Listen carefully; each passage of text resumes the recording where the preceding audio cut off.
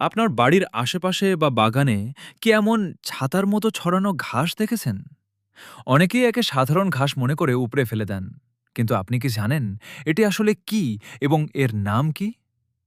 বিজ্ঞান বা উদ্ভিদ বিজ্ঞানের ভাষায় একে বলা হয় সাইপেরাস গোত্রের উদ্ভিদ, যা আমাদের দেশে সাধারণত এক ধরনের চেচুড়া ঘাস বা মোথা ঘাস জাতীয় উদ্ভিদের অন্তর্ভুক্ত।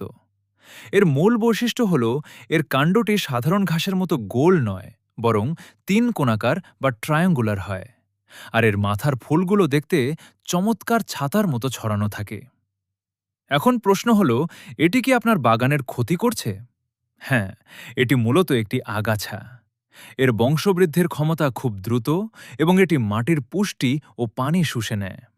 ফলে আপনার শখের টবের গাছ বা ফসলের বৃদ্ধিতে বাধা দেয়। তবে প্রকৃতির জন্য এটি কিন্তু একদম ফেলনা নয়।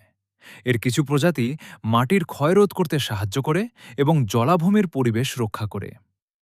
তাই আপনার পরিষ্কার পরিচ্ছন্ন বাগানে বা ফসলের জমিতে এটি দেখলে দ্রুত উপড়ে ফেলাই ভালো।